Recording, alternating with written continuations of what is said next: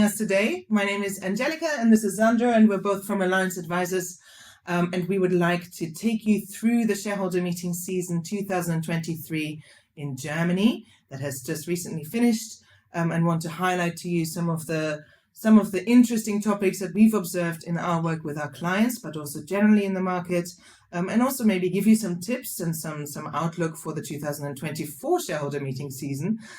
So without further ado, I'll start with you, Sandra. I'll interview you a little bit today. I want to know what is your key takeaway from the 2023 shareholder meeting season? Yeah, thank you. That's an interesting one. As every year, I mean, there's not one key takeaway. I mean, we've seen a lot of interesting things going on again in Germany. One of the things maybe that popped up again is investors, or an increasing number of investors, they tend to have or apply their guidelines stricter than the proxy advisor actually has in the guidelines. That is a trend I think we have seen already in the past, but looking at one or the other issue, it depends also on your shareholder base, but that's actually something I absolutely have spotted, and also like talking with the stewardship people with a background chat around the AGMs. Absolutely. I think we really observed that this year everybody's getting stricter, and even though maybe the proxy advisors didn't make so many changes to their voting guidelines for Germany, what we saw is that the investors actually have, they have applied stricter guidelines and want to see more improvements and more movement from the German companies into the direction that they want to take them. I think another thing that we've seen is, of course, in Germany this year in particular, and post-COVID, there was a lot of companies were amending their articles of association to allow for the future of potential virtual shareholder meetings. And if you look at the voting results and at the approval rates for those particular resolutions, you'll see that it wasn't 90+% approval rates. There was quite a lot of shareholders that at every shareholder meeting dissented and voted against it. Some of them withheld. And what we saw in our practice actually, that that there seems to be a division between the domestic shareholders and the international shareholders. So domestic shareholders such as DWS or DECA or Union, they quite often and very publicly support the physical format of a shareholder meeting. But international shareholders such as Vanguard or BlackRock, for example, they quite often support the virtual format because, of course, being not located in Germany itself, they don't see much difference in terms of the participation. Actually, there's better streaming for the virtual shareholder meetings, so they can participate. Yeah. Interestingly enough, that has really been an interesting topic. It's pre-COVID already, that was in the news. They want to drop down the cost of that. But the interesting stuff is, I mean, it's reasonable that a domestic investor like the ones you have mentioned, they want to be physically there. So they don't really have not supported it. But at the end, also like French investors that are not really so much traveling to German AGMs, they're against that too. So for them, even more, it's really a corporate governance topic that they're against. And we also took a look during the season what has happened to that support of the voting of the virtual AGM, the bylaw changes needed in German companies. And that's really something you weren't really aware of before, but it has figured out that if you are up not longer than 2 years, and have a good, let's say, reason provided, also ISS has been in favor. So yeah, it hasn't been the 19% plus X, but also usually gets through with the support of the international investors. Yeah, and I think if we move on from there, if we look at other topics that actually were quite contested in the 2023 shareholder meeting season, so the virtual shareholder meeting, yes, you'll see that when you look at the voting results, but also I think the majority of companies did still adopt to have the option, at least for the very short term, just in case, this was all post-COVID discussion. But also, if we're looking at other topics that were important or that really struck us in the 2023 shareholder meeting season was the remuneration proposals, the remuneration report in particular, just approving the remuneration of the executive team, but also quite often the election of the supervisory board or the discharge votes of the supervisory board. What do you think? What was the reason why did shareholders mostly dissent on the remuneration at least? Yeah, I mean that's also an interesting topic, because we're really was a leitmotif. I mean, remember a couple of years ago, laws have changed. All the investors rushed to get their policy, their remuneration policy approved, and then some have maybe a bit failed. They did that follow up the next year, and then it was up to the remuneration report to be voted on. And that frequency and that amount of votes that let's say corporate Germany was not really ready to that. It was a bit of try and error also. We think we can say it like that. But once now that has become a normal item on the AGM agenda, investors want to see improvements. They didn't want to see it perfect at the first instance, at the first vote, but they want to see like the streets a company goes. And where dissent was actually expressed in comments and rationale provided, disclosed, but also in the voting outcome. I mean, if you got 15, 20, 25% of against votes, you should really move and listen to your investors. And all that together, and where you didn't listen to that and haven't adopted and don't show an improvement, and even with small steps, I mean, that doesn't need necessarily to be the big jump, but let's say improve with smaller steps. Who hasn't adopted that or not enough has felt that this year, absolutely. I think so, and there's going to be some repercussions at the next shareholder meeting if the companies that in particular that had more than 20% dissent on this particular agenda item, if there is no public or visible work being done after the shareholder meeting to address that concern and to go out and reach out to shareholders and really find out what was your particular problem, right? So was it the transparency? Was it maybe something else that we've got in the remuneration system that is just not really in line with your own guidelines? What is it that you dissented to? And to respond to it, you don't need to necessarily produce a brand new system in the next year, but you need to do your homework and you need to address it. And then shareholders will also move with you. Like you say, it's about the path, it's about the journey. It's not necessarily about the final product being perfect immediately. Yeah, no. It's important that issuers understand that if you have a certain amount of dissent votes, you should do something. Ideally, you talk to your investors, listen to them and implement what their concerns are. But at least you should issue something that you listen them, that you have heard them, even though if you haven't, then go the engagement road. But at least tell them, okay, with listening to that, we will take it on. Maybe not this year for XYZ reason, but that's something you need to talk to them anyway. So talking to investors, I mean, that's always what we tell our clients. Talk with them, explain it, and that's really that's very, very natural. I think also that they don't want to tick the boxes. They have the guidelines, but it's not like black and white with capital increase authorizations, where you have just thresholds and they're applied. It's much more in between. And I think that needs to be incentivized, that there's room for explanation and telling them what's our journey. Exactly. It's about building the relationships now. Now is the shareholder meetings hopefully are all over. And everybody is not really thinking about the next year or the next shareholder meeting, but we all know that there's going to be certain topics that will be on the agenda in any case, right? And so it's a really great time to say, okay, now I have time. Let's sit down at the table. Let's really understand what was going on, or what made you vote against my remuneration report, for example, or maybe another item. And let's take that internally. Let's gather the feedback, take it together collectively, and let's use that as like the working path for the next 6 months or so.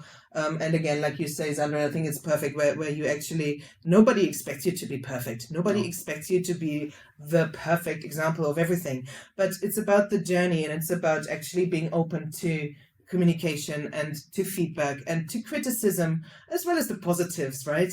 But yeah, I think maybe just to move on to the next subject. So we just talked about remuneration, and that was really in Germany that a lot of the remuneration reports, again, didn't receive the ideal numbers of support. although not many of them failed actually, but No. yeah. There was another subject that was pretty contested if you look at the numbers, but there's actually quite a bit more to it if you look behind the scenes. So we'll do that now. So supervisory board elections. Of course, if you are electing somebody new or you're re-electing somebody to the supervisory board, you need a simple majority to actually approve this person to run for another 2, 3, 4 years. No more 5 years. I think No. we don't see that anymore in anybody's guidelines. So 5 years, that term is no longer accepted by investors. But there are a lot of new criteria that are being applied to, especially to new members to a supervisory board. What are they like? What are investors looking for now? What is it? Not just the founders that can be, Yeah, no. voted in. No. Yeah, that's an interesting topic. The guidelines is the one side, then you have the laws in the single jurisdictions who provide you another layer of what should be fulfilled. I mean, we know Glass Lewis usually opts for what is it's the legal situation in that specific country as more a view on what their investors expect. But I mean, overall, all this election has become very, very complex because it's not only independence of directors. Now then we have the gender quota. It's 30 or 40% in several jurisdictions, also in the guidelines of the investors and the proxy advisor. It depends, but at the end of the day, what really should be provided is an idea also here from the company. What is our board about? Why is it as it is, and why is it good like that? Why is it good having an elder, non-independent director on the board? And it's a composition. How many you have from each side? Men, women, non-independent, independent directors, and the skills. It's all about the skills. How do they fit together? Where's the ESG competency with financial competency? Because at the end of the day, and in Germany, that's maybe even more important. The supervisory board is supervising the management board, and if they don't have the skills and the ability to advise also to them, a good company has also like this kind of chat. You have a problem. You cannot fulfill that supervisory duty. Mm-hmm. And due to that, investors want to see that. They want to see their investment safeguarded. Absolutely. But they also now want to have much more transparency into how does the board work, like you've just explained. Also, then if we look at, for example, when you are electing new members to the board, how were these found? What is the nomination process? Have you included all of the different skill sets in there? So often a board skill, well, it's not often, it's always now that a board skills matrix is required from the investor that wants to just check what was the process that you actually used to fill certain gaps maybe left by somebody in the board. How are you positioning yourself? Maybe also in terms of new subjects, right? So cybersecurity is such a massive topic. It's going to become more and more important in the next years. How are you, for example, addressing that already in your board? But also at the same time safeguarding some of the skills and knowledge that maybe other members of the board will bring with them because they've been on the board for a very long time. They have, gone with the company through thick and thin, and they actually bring also a lot of skill to the board. We've seen this a lot this year as well with some of our clients where we actually we found that the feedback was that we really value the experience on the board. So therefore, it's not necessarily always a black and white story. And you always want to have somebody young and female and independent and ESG skills. Exactly. ESG skills. That's a great idea. But also, the leadership of the board and the experience, and to look at the sector maybe in particular, that is very much valued. Yeah. And also, what we saw is that investors will actually support that, overlooking their guidelines in particular cases, if you tell your story in the right way. Yeah. And I think that's actually a very nice, it's almost like a humane way of no longer ticking the box, but looking at each company individually, seeing what it needs at this moment in time. Absolutely. And I think for future references, whilst on paper things become stricter, things become more restrictive in a way, and you have to fill in more and more gaps to make sure that you adhere to guidelines and you get a supportive vote. You actually also have to remember there is a lot of a lot of give and take if there is an active communication between the shareholder and the company. I think I'm just going to go back to one topic here. We're going to go back to remuneration, remuneration reports versus the remuneration system. So this was also one of the topics in 2023 that we saw quite a lot of dissent on. There was also some reports that did not get approved. And what were the specific reasons for this? Why would investors that potentially, let's say, they supported the policy vote, so the system was approved, but that now you see the report, and now you as an investor no longer support it. But why would an investor not support? I could say the answer is quite simple. It depends, but I mean, it really depends. I mean, we have investors that are just against the report because they have been against the system. We have investors that which like the system, but said the report they are not disclosing enough. Yes. That's also, I mean, that's a topic we already know for many years from other European countries where it's also a binding vote, and you could get trouble to get your pay package if you don't get shareholder support, and so pressure there's even more. But it really depends on the details. I mean, it could be some investors have been against a policy, for example, because there's a discretion clause, and investors hate that. Yes. But then they're for the report because they say, okay, this year they haven't applied that, so no payments outside the normal system. That's okay for us, but we will watch you. Yeah, exactly. that's the meaning. But it really depends. I would like to give a simple answer, but I mean, like all of the systems, I mean, every of them is quite unique. I mean, of course, that's not that one and the other are completely out of two worlds, but how you apply the STI, the short-term incentive plan on the LTI, or some even don't have an STI, they have only a long-term incentive plan. How that fits together with other payments, extra payments, with pension payments, and all that together is just a full picture an analyst looks on and says, okay, that's good enough. It's not perfect. I will keep a look onto that, and I look into the report how you really apply that. And other ones are just really they go, no, the system is not that what we expect. So the report can never be good enough, and they not even really assess that. And again, it all starts with the system, but the report, even more for the international investors, it's a thing of its own. Well, it's the basically getting the receipt after you've bought something. So you are looking at it, and if I'm going to be supporting something and you're not going to tell me what exactly it is for, then quite often investors shy away from actually giving it the full support. Also, just the last thing that I would add to all of the items that you've listed that investors will look at, and I mean, transparency is at the complete forefront of all of this. As much transparency as you can give, also as you are allowed to give.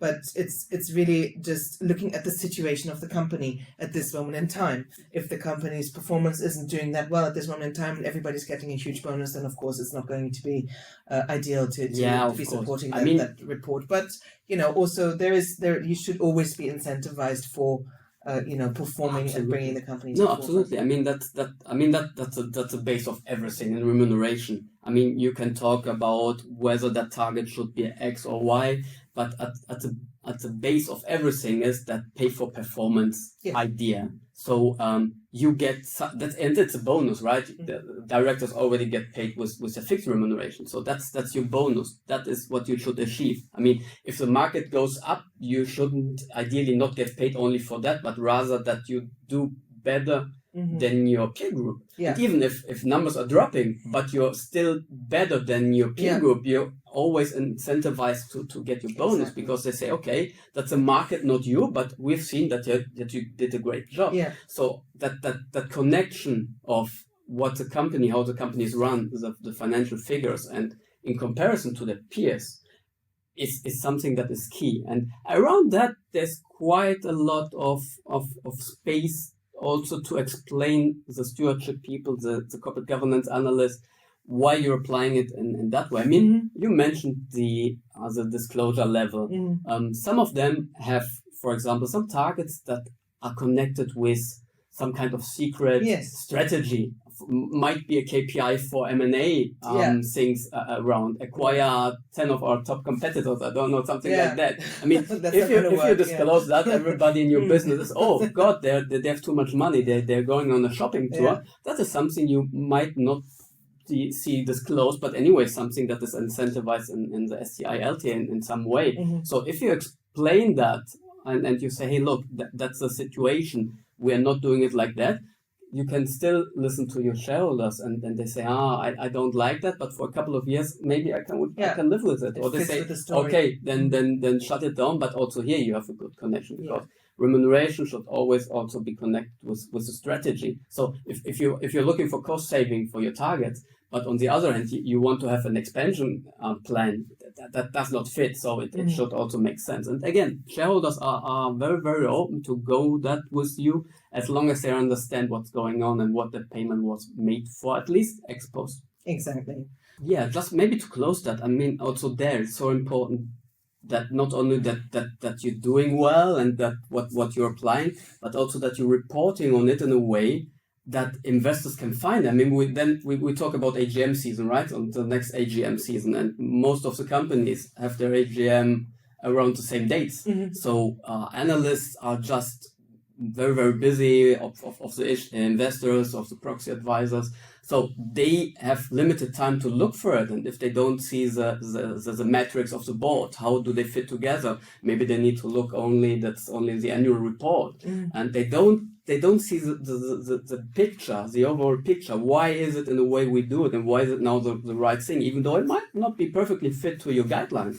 That is something they look for. And if you don't provide that, you risk that you get a negative recommendation or more dissent than you should, because just they haven't found it in a way that they can just consume it in that short time of what they have to have it. And that is very, very often still a problem for them. We know with the background chats we have with stewardship people, they tell us that you just provide it in a way that they can consume it in a limited amount of time, so they can also help you, the company, to get a good recommendation upon that information. Yeah, I think that's really important. It's one of our top tips for 2024 as a company is preparing themselves, is try and put everything together from the point of view of the investor. So try and also, on the website, have it all in one place, make it as snackable as possible so that the investor can really find what they are looking for.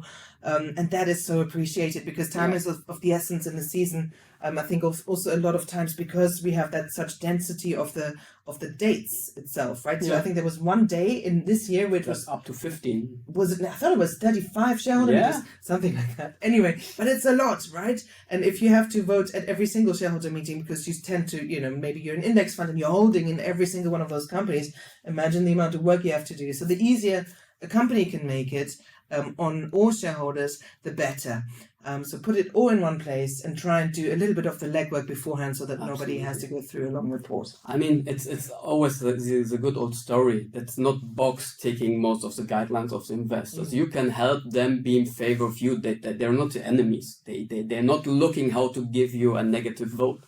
They want to safeguard also the investment. They would like to support you, but they would like to see also what you're doing. And yeah, again, that's the top tip for next season, as it has been also for past seasons. Absolutely. I think if we're looking at some of the other difficulties that some of the shareholders had in the shareholder meeting season this year, was it was the timing. It was one, finding the information, then it was the timing also of the proxy advisors, and quite often publishing quite late. In Germany we have a 7-day vote cutoff period. And we've sometimes seen some shareholders literally 10 days prior to the shareholder meeting still waiting for the research. It did always come out on time, but it gives you a very short window of time to actually read everything first of all, and then to make a decision, because a lot of times it's not just an automated decision that is made. It has to be done by consulting with maybe also the fund managers, maybe some other people in the proxy committee, to make sure that you are really adhering to guidelines that is firm wide. And that was that was very tight for shareholders, and of course also for companies, looking at the clock and where is that vote? I haven't seen it yet. So I think we all have to work together. Everybody has to try and then optimize the processes, but the more we can do to help or go towards also the investors from the company side, that is fantastic. I think just one thing to flip it around, because we're always talking about the companies helping investors, with their vote. What we have seen, and this is really great practice, is that a lot of domestic investors in Germany, also the French investors that we talked about before, but also some other larger houses, they have introduced the practice of really letting the company know prior to the shareholder meeting, what is my vote? This is how I'm voting at the shareholder meeting. I'm voting in favor of this and this, but I'm also voting against this. And this is the reason why. Very clearly quoting their guidelines, and it gives such great clarity. It's not necessarily the outcome you want, but it's the communication, and in the time when time is of the essence anyway, and these investors are still taking the time to inform their investee companies of what they have been doing. I think that is fantastic. No, that's absolutely, that's a very, very important topic. I mean, at the end, and unfortunately, there are some investors they're disclosing quite late or even don't disclose, also depending on the jurisdictions that they're active in. And I mean, then there's also like, you vote against and nobody knows why. Could be X, Y, Z, could be one director over another. And I mean, how should a company adopt on a non-feedback against vote? What's the item? So you don't express yourself. You say, "Oh, I'm against," but that's it. And that's not the best way from my point of view. I mean, every investor is free to apply it in the way they want it. But from my point of view, you're missing the important step of saying, "Okay, I showed I don't like it, and that's the reason why." And please do your homework. Exactly. And I think with that we can really advise everybody. Everybody wants to come towards each other, but I think the communication is key. And so yes, we've seen some really great practices, and we've also seen some more interesting situations. There was also an activist situation in Germany in particular that was pretty popular.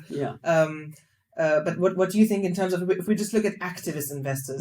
So this is not your traditional maybe index fund or your long only investor, but this is really at some investors that you will read in the press about, often shown as opportunistic, as capitalists wanting to very quickly basically make some money, make some profit, and then run from the company, leaving the company potentially in shatters. But what is the background to all of this?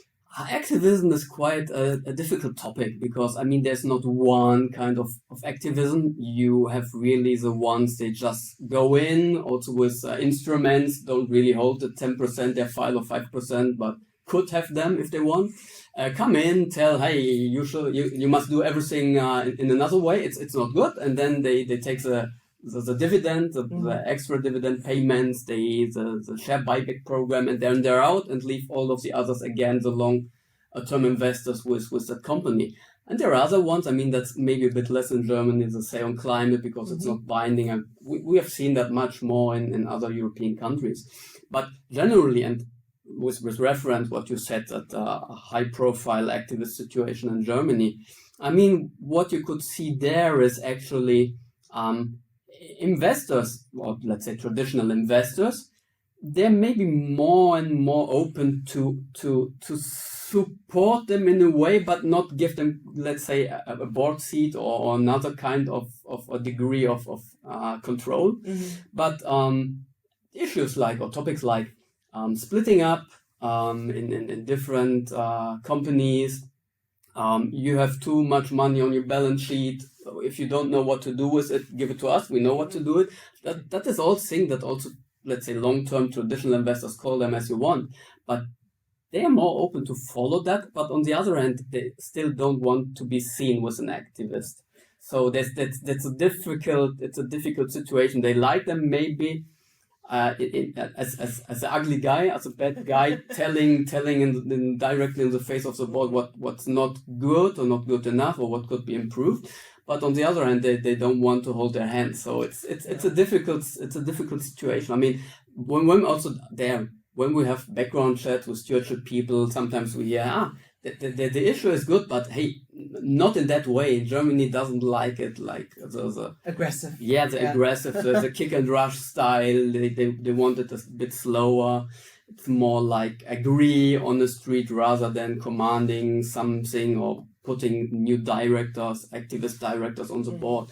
But again, it's a topic. Investors will partially follow you if the topic you raise it's a good one. On the other side, I mean, some of them we have seen failing because they just came in Germany. They thought they could do their US style activism and they failed and never came back. And others, they're quite. I mean, you should always consider these activists or these high class activists, they do their homework. Many of them know their company very, very good and maybe even better some of the directors. I shouldn't say that, but that is also something we hear from time to time from background chats. And if they come and they see something that isn't working properly and they say, hey, the shareholder value that we want, that should be lifted. My advice in general, if you like them, if you want yes or no, listen to them. At least it's a for free advisory on your corporate strategy. If you share it or not, that's your business. As a director, you're free. But I would always say listen to them. Absolutely. You can still say no, but they do their homework. They really do their homework. And they often have a good point, right? It's just a matter of how they often portray. So an activist is often portrayed as somebody that comes in last minute, wants to break up the company or wants to do something quite destructive. Whereas there was quite often probably a dialogue behind closed doors that broke down eventually. So it's about looking at it from all different points of view. Also from the company point of view, if you have a good communication program with your long-term investors, with those investors that have always been around, that have always held, 1%, 2%, 3%, 4%, whatever, in your company, and an activist comes in and has a very crazy demand, something that is completely not something right for the company at this moment in time, then your investors, your long-term investors, will potentially support you. But when you see this whole thing breaking down in front of your face, then you will probably also have to look at your own communication strategy and think about, well, why is nobody siding with me? Why is everybody siding with the other side? It's not a battle, and ultimately everybody is there to be there for the good times and in the bad times to look at yourself and to see how you can improve. That's basically the story.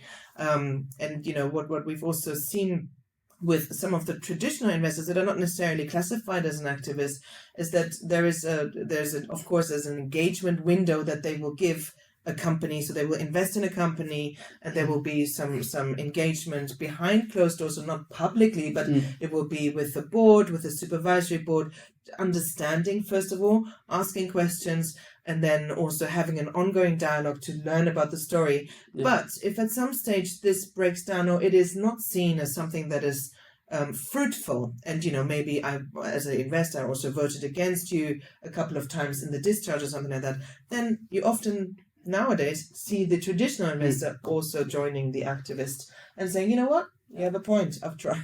No, that's a very good point, Angelica. Actually, I should have raised that. I mean, but that is part of when they screen your company. That is part of that. I mean, what is the shareholder base? What is your corporate governance score? Have there already been contested agenda items in the past? So where's my key hole? Where can I enter that? And if you're not connected with your investors and you don't talk to them, they will talk to them, and you will only know of that afterwards or too late, and then it's like, oh, they should have talked with us before. But I mean, you need to be prepared. Long-term shareholders, if they tell you what's not working well, and you don't listen to them, and other things come around. I mean, during COVID and afterwards, economy has changed and many of the companies had problems. And if your financial figures are not that good, so below your peers, and all that comes together, you could be a target. And once you are a target, you wish you would never have been, because that's very, very time consuming. We hear that all of the time, or CFOs, CEOs, talking with investors, answering to the demand of the activists. That's very, very annoying for them. And at the end of that journey, it's like a self-fulfilling prophecy. They have less time to run the company, which might be brings them in additional problems, because maybe the strategy is not made up in a way it should be. So that's all connected. I mean, at the start of the game is talk to your shareholders, at least listen to them. You don't need to apply everything, but if you really, really ignore them, that is an open door for an activist, absolutely. Absolutely. But it's also not necessarily such a bad thing, like you said. So what are what are going to be the key topics next year? So what should companies now prepare for? What do you reckon? What is going to be the new thing in 2024? Or is there going to be something that is going to be a big topic? I believe, I mean, we have all of the standard items like capital increase authorizations. We have the remuneration report. I mean, we haven't talked about that, but that's also like this strange or not always clear connection of the system and of the report and against the system and against the report, or for the system against all these combinations of possible votes. That is for some of the companies still a bit of a black box. It's also like a bit, again, German investors applying it in one way very, very often, or usually being against the report when they have been against the system. International investors a bit less that automatism, or not even. That will anyway be something coming up, I believe. Virtual AGM. We had this year. I mean, there's this conversation for and against. I love it. I don't love it. Physical meeting or hybrid meeting. I think they will be around, but what we already talked about that. What will come up again and again is the board of directors, or even better in Germany, the supervisory board. How are they set together? How is your refreshment process? Yeah. How do skills fit together? That is all of that stuff, and also like, I mean, we have read about that, or we've also seen it. Some of the virtual AGMs, they had some problems. I mean, there was a retail shareholder association even screening it, and watching closely what has happened. I mean, that's a technical side. I'm quite confident that this can be sorted out. Yeah. But again, I mean, that is something that will stay. I don't expect that German investors, or all of the investors that don't like virtual AGMs, will now say, okay, no, that vote is gone. I mean, most of the ones, bylaw changes have been set up for 2 years. Yeah. So next year is the last one, so you should put it on your agenda again. So we will see that, and let's see how they apply that. I think you're right. And I think that the only other thing that I would add to it, what I think is going to be important next year is the discharge of the supervisory board. Management team is something slightly different, but the supervisory board in particular is often held responsible for anything that's not necessarily on the agenda, right? So the average or the normal agenda items are the discharges, maybe the dividend payment. You have your auditors, maybe you have a capital increase, maybe you have an election of a supervisory board member.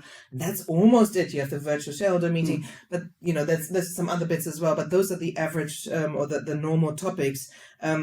If, for example, an investor is not necessarily satisfied with the address of dissent for the remuneration report votes, let's say, from the year before, what will happen is, so an investor that voted against the remuneration report in 2023, and the company then did not engage at all. So I didn't hear from you. I hold, let's say, 5%. I'm the investor. Yeah. I hold 5%, but I didn't hear from you, and you didn't ask me why I voted against the remuneration report. If nothing has changed, and you didn't reach out to me in the next year, what this investor, what I will do is I will vote against the remuneration report again, but I will also no longer discharge the supervisory board, or at least the head of the compensation committee, because all of a sudden you have to sort of see your opinion valued, and it has to be, you have to be heard. So this, I think, is going to be something that, for 2024 we're going to see potentially a little bit more of a dissent on the discharge of the supervisory board, and this is not necessarily just because of the remuneration report vote, but also because of other things. So if an investor, for example, is not satisfied with the board composition, for example, but there is no board election at that moment in time because everybody's running for a certain amount of years, then where would I vote against? I would vote against the discharge of the supervisory board, against the nomination committee, or maybe against the chairwoman or chairman of the supervisory board. So this is something that the company should definitely look out for. And I think one other thing that I have heard already, it's the the classification of independence of supervisory board members. So, we're looking at, for example, the term has gone down from 5 years to now 4 years, with the majority of investors accepting a 4-year term. But we're already seeing it from the Anglo-Saxon point of view that actually a lot of investors are starting to ask for annual elections, which is, it's something unheard of in Germany at this moment in time. But there is a movement towards this. So the shortening of the term even more, and then also no longer allowing the traditionally accepted 5 number of mandates that a supervisory board member can have, but maybe bringing this down so that person can actually concentrate much more on 1 or 2 or 3 particular roles rather than 5. That's an interesting point. I mean, we did an analysis on that. That's still not something that will cost you a vote. But what we have seen, what has been started, is to consider the chair of the audit committee like the chair of the supervisory board. And it's only, as for now, it's only a few of investors, but there seems to be a movement maybe behind, because this has also something to do with Wirecard and the other cases around, that they say that such a key position, the head or the chair of that committee, that we don't want him to sit on too many boards or even too many committees. I mean, they start to look onto your committee where you're sitting on, and that is something, again, that will not be something I don't expect it initially for next year, but it's something like you see a flow in that direction, right? Like the maximum term they are expecting.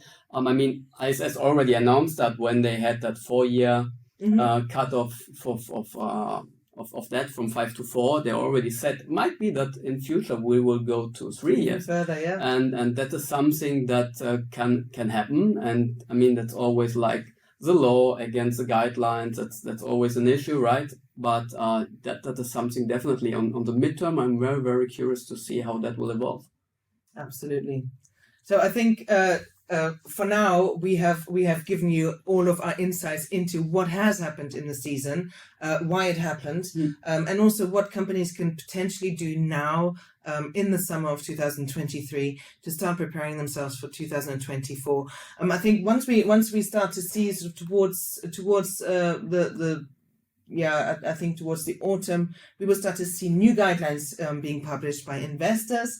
We will start to hear also from the proxy advisors that there's going to be some fundamental changes. And that is also a really good time to regroup, and we will be coming back online for that as well, to look at, okay, maybe some investors have become more stringent, maybe some of them have also become more relaxed about something, we don't know, but this is also going to be an opportunity when you will hear from us next, where we will update you on what the new situation is and how you can prepare yourself best, maybe give you some more tips from some of the analysis that we've done. But for now, I thank you, Sandro, for the chat. I thank you. And we hope you found it informative, and look forward to the next time. Thank you. Thank you.